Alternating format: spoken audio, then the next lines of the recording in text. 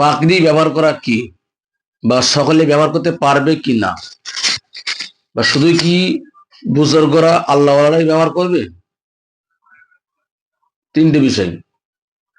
পাগড়ি ব্যবহার করা কি, সবাই পারবে কি না, শুধু কি বুজুর্গ আল্লাহওয়ালারা ব্যবহার করবে?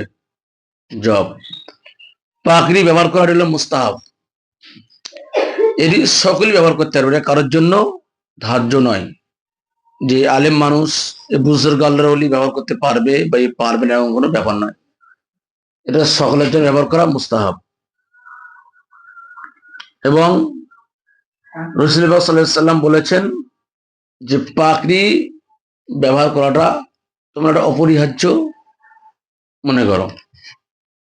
জয়ীফ হাদিসে এসেছে, যদি কোনো ব্যক্তি পাগড়ি পরিয়া নামাজ আদায় করে, তার 70 রাকাত নামাজ পড়ে সব, সেই সব তার আমলনামায় লেখা হয়।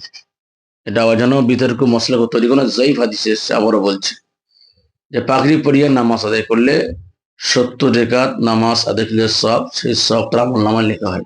আমরা এটি আল্লামা রুহুল আমিন রহমতুল্লাহ আলাইহির ফতোয়া মুজমা আমিনিয়া প্রথম খণ্ড থেকে পেয়েছি। আল্লাহ আমাদের